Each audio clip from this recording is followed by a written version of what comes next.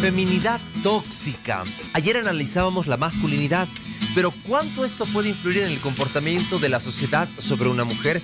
Hoy hemos traído un especialista, gracias a Gilde Mayo, psicóloga, que hoy nos va a detallar un poquitito sobre estos estereotipos que muchas veces, reitero, la sociedad pone sobre una mujer, estos cánones que después se convierten en serios problemas cuando uno ya va a llevar una vida como tal, una relación, porque a veces esto se transmite inclusive hasta nuestros hijos o hasta nuestras hijas. Gilde, bienvenida, gracias por acompañarnos. ¿Cómo estás? Todo bien, muchísimas gracias por la invitación. Guapa como siempre. Ay, gracias, Héctor, gracias chicos. Ahora, Gilde, decíamos, esta feminidad, ¿cómo afecta? ¿Qué es la feminidad? ¿Cómo se maneja esto? La tóxica. Bien, a ver, empecemos diciendo que feminidad en realidad es la esencia pura de una mujer. Nos referimos a esencia cuando hablamos de una dulzura, cuando hablamos de suavidad, cuando hablamos de comprensión, o sea, de no es feminismo, o sea, no. Los términos, No. Feminismo es una situación mucho más radical, ¿no? Feminidad es una esencia. El hecho de que un niño o una niña nazca como niña, entonces su esencia va a ser, al momento de desarrollar esa persona, va a tener esta esencia. ¿Le puedo cambiar de guión? Claro. Hablemos de feminismo extremo, entonces. Vamos a mantener feminidad. Nos va a decir por qué ahora. Bueno, a ver. Bien, a ver, empecemos. Cuando hablamos de feminidad tóxica, en este caso, vamos a hablar de una distorsión del concepto como tal. ¿Qué significa eso? Un competir, un igualar a una mujer con un objeto, un igualar a una situación. O sea, el hecho de que yo esté más maquillada no significa que sea femenina.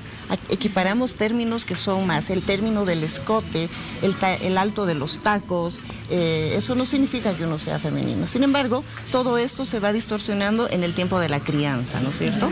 En la crianza es donde nosotros vamos imponiendo situaciones a los menores, ponemos formas de pensar, formas de actuar en una determinada situación. Ayer, por ejemplo, hablábamos de los varones, ¿no? Que a veces no pueden expresar sus sentimientos, que tienen que ser los fuertes, que siempre deben tener y expresar esa masculinidad. Pero en el caso de las mujeres, siempre con vestido, las mujercitas, las piernas cerradas, que siempre bien arregladitas, siempre bien delicadas, que para conseguir un buen marido. Esto es lo que nos inculcan desde pequeñas. Exactamente, son constructos totalmente sociales, ¿no es cierto? Que de una cultura a otra va a ir variando, pero sin embargo, el tema de conseguir, o sea, la feminidad tóxica lo que hace es cosificar. Nosotras nos ponemos en un plano de cosificación. Yo tengo que estar arreglada, tengo que estar bien cuidada, tengo que tener un espacio donde me permita conseguir una pareja. Si no tengo todos esos cánones de belleza, además la feminidad tóxica está muy relacionada para hombres y mujeres con el tema del aspecto físico y belleza especialmente. O sea, no vemos cualidades, no potenciamos otros valores, no potenciamos el hecho de que dos niños jueguen, que sean además niño y niña. Los padres siempre tienden a que no juegues así porque eso es solo de niñas, o que no juegues de esta manera porque solo así juegan los varones, ¿verdad? Entonces nosotros vamos imponiendo ciertas situaciones que a la larga obviamente vamos a adquirirlos, como los vamos a naturalizar. ¿Cómo nosotros podemos salir de este tema cuando hay muchas personas o muchas niñas, por ejemplo, que les dicen, no, yo no me quiero poner esta ropa, yo quiero ponerme esta otra, no, pero no te pongas eso porque eso no se pone una niña. Exacto. Y ojo, cuando tú crezcas tienes que tener un buen marido y tienes que aprender a planchar, tienes que aprender a cocinar. Exacto. Y como que se manejan estos estereotipos que, después a la larga son conflictivos para nosotros. Son conflictivos, efectivamente. Es muy difícil cuando ya tenemos dos generaciones que nos anteceden que han hablado de esta manera. Entonces es bien difícil romper ese lazo. Sin embargo, las consecuencias son fatales en mujeres, ¿verdad? Estamos hablando, por ejemplo, de una neurosis, una neurosis en la que la persona tiene, muchas experiencias del pasado que vuelven al futuro y no la dejan tener relaciones con otras personas, ¿no es cierto? Experiencias negativas. O el odio eterno al hombre, todo lo que me pasa le echo la culpa al varón porque él es el culpable de lo que me está pasando, ¿no? El tema de autorrepudiarnos al vernos al espejo, Por ejemplo, yo no me veo bien porque no tengo los cánones de la sociedad. Estoy muy gordita, entonces yo tengo que adelgazar. No vivo pensando en que cómo voy a adelgazar. ¿Puede generar, perdón, eso misoginia en la propia mujer? Sí, puede generar. Es que la misoginia, en realidad, empezamos nosotros haciendo la competencia de una mujer a otra. Cuando llega una mujer a un lugar, lo primero, y hay mujeres en ese lugar, hacemos un escáner. Escaneamos a la persona de todo lado. A tanto extremo que nosotros llegamos a saber detalles que no se notan, ¿no? Por ejemplo, en una charla de mujeres, ¿viste los zapatos que trae? ¿No es cierto? O el pendiente cuando el pelo lo tiene cubierto, es decir, el cabello cubre el pendiente, pero nosotras nos damos cuenta. Esa es una eterna competencia y además es totalmente viciosa esa competencia. Bueno, ahora vamos al otro lado. A ver. Ya aclaró lo que es la feminidad como tal. Ahora quiero hablar del feminismo extremo como tal. Y esto va más allá por el pensamiento, por las ideologías. Estamos hablando de lo radical, porque naturalmente se respeta toda convicción que puede tener una persona, en tener una inclinación o no por una ideología. Todos tenemos todo el derecho. Pero hay algunos extremos que inclusive son perjuicios para ellas mismas, ¿no? Y para su entorno social. Es que el feminismo extremo ya es, digamos, el tema de tener el control, el poder sobre la otra persona y sobre el otro sexo. Yo puedo hacer lo que quiero, pero no me pueden hacer nada. Exactamente. Mira, no necesitamos llegar a un feminismo extremo para, por ejemplo, ver que una mujer, por ejemplo, tenga algún grado de dificultades con las leyes. Se creía antiguamente de que como era mujer había que darle menos pena, menos sanción, ¿verdad? Pero al igual que un varón, la mujer comete los mismos errores, ¿no es cierto? En el feminismo extremo hablamos ya de radicalizaciones extremas como tal, el hecho de que el varón, por ejemplo, no sirve. Las mujeres somos totalmente autosuficientes, que no necesitamos de un hombre para tener un hijo, por ejemplo, ¿no es cierto?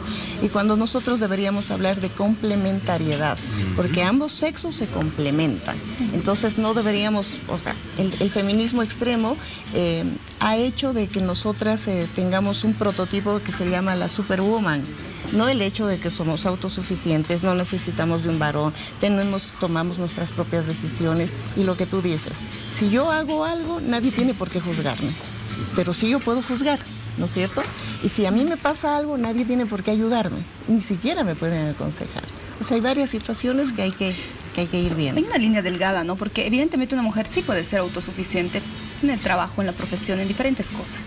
Y sin embargo, debe existir esa complementariedad con el varón que tú señalas. Exacto. Porque estamos viviendo en una sociedad en la que vemos familias que se forman entre hombres y mujeres. Un ejemplo, por ejemplo, papá y mamá para los hijos, y debe existir aquello. Debe existir, porque para eso es, o sea, nosotras como mujeres podemos, como tú bien dices, llegar a una autosuficiencia. Pero en el tema de educación, por ejemplo, es necesaria la otra parte. Sí. Es muy necesario el hecho de que un varón, estaba viendo el ejemplo que ponían en televisión, el hecho de que un varón esté planchando no le quita su virilidad, no le quita el tema de la masculinidad, o sea, porque no, el tener a un niño en brazos, un varón tampoco. En cambio, las mujeres podemos también, qué sé yo, desarmar un auto, podemos, pero por supuesto, el hecho de cambiar una llanta. Claro. Exacto. La diferencia está que, por ejemplo, en las mujeres lo que hacemos es dejar de lado esas relaciones y nos abocamos mucho al trabajo. Esa es la feminidad. Inclusive, estamos hablando del feminismo extremo, ¿no? La gente que sigue esta línea se respeta naturalmente. De que incluso hasta siento algo de odio por este mundo, ¿no? ¿Cómo voy a tener? No, yo no quiero tener hijos. ¿Para qué este mundo está mal? Siempre este mundo estuvo mal. Siempre hubo maldad en este mundo. Hay de todo. Pero hay un poco de rabia, un resentimiento podría ser en el feminismo extremo. Estoy hablando. Lo que pasa es que son situaciones que han ido pasando de manera cultural, ¿verdad? Y vamos adquiriendo esas experiencias negativas que yo digo como persona, o es que yo he visto a alguien sufrir de tal manera que yo misma digo, yo jamás volveré a confiar en esto, o yo no haré esto, lo que tú dices. Llegamos a una situación de rencor, de dolor, digamos, de egoísmo, de algo que no nos va a dejar surgir. Y obviamente hay personas que entienden bajo de esta ideología, que entienden que debe ser así. Pero nosotros vamos a hablar de que siempre la complementariedad es una palabra muy linda. La complementariedad está en todo, hasta en nuestra forma de vivir, ¿no es cierto? Debemos ser complementarios y no andar cada uno por su lado. Ahora, ¿qué pasa cuando tenemos una relación de pareja y de pronto es la mujer la que llega a hacer más cosas que el varón? Hay un momento en el que ella es la que lleva el dinero a la casa, que supuestamente tiene que ser al revés. Es ella la que está pidiéndole al esposo que atienda a los hijos. Y hay como que un intercambio, llamémoslo así, de funciones más o menos, solo lo digo por decir. ¿Qué pasa en esas situaciones? Porque no solamente incumbe a la familia, sino también está todo el círculo, ¿no? Todo el entorno. Lo que pasa es que, fíjate tú, en las últimas épocas, el tema de terapia, uno de los temas de terapia es, ella gana más que yo. Yo me quedo cuidando a la familia, a los hijos. Yo voy al colegio, recojo a mis hijas o a mis hijos. Mi esposa gana más que yo, tiene un buen cargo, y cómo se siente mal. Es que los compañeros me dicen, tú, pocholo, que esto, que lo otro, les ponen adjetivos. Y eso obviamente hace que las personas sientan una situación de no complementariedad, porque es el entorno. Pero sí, eso también se da porque la pareja no habla. O sea, si tú hablas con tu pareja y dices, yo gano por este tiempo, porque no todo es eterno, ¿no es cierto? Exacto. Yo el día de gano mañana pueden cambiar las funciones. Exactamente. Yo gano por este tiempo, cuando a mí me toque yo estar en el mismo lugar. Si hablamos, si tenemos una comunicación fluida, obviamente todo va a salir bien. Bueno, algunos teléfonos, por favor, para que la gente se comunique contigo. Claro que sí, me pueden llamar al 701-75-746. Ha sido un placer estar nuevamente con ustedes acá. Hilde, qué lindo que nos hayas acompañado. Siempre estás guapo y con estos temas que así los explicas con chubis. Muchas gracias. Gracias. Hilde, ¿quieres desayunar? Sí, quiero. Sí. ¿Comiste algo? No comí nada. Vamos a la cocina entonces por nuestro desayuno en 5 minutos.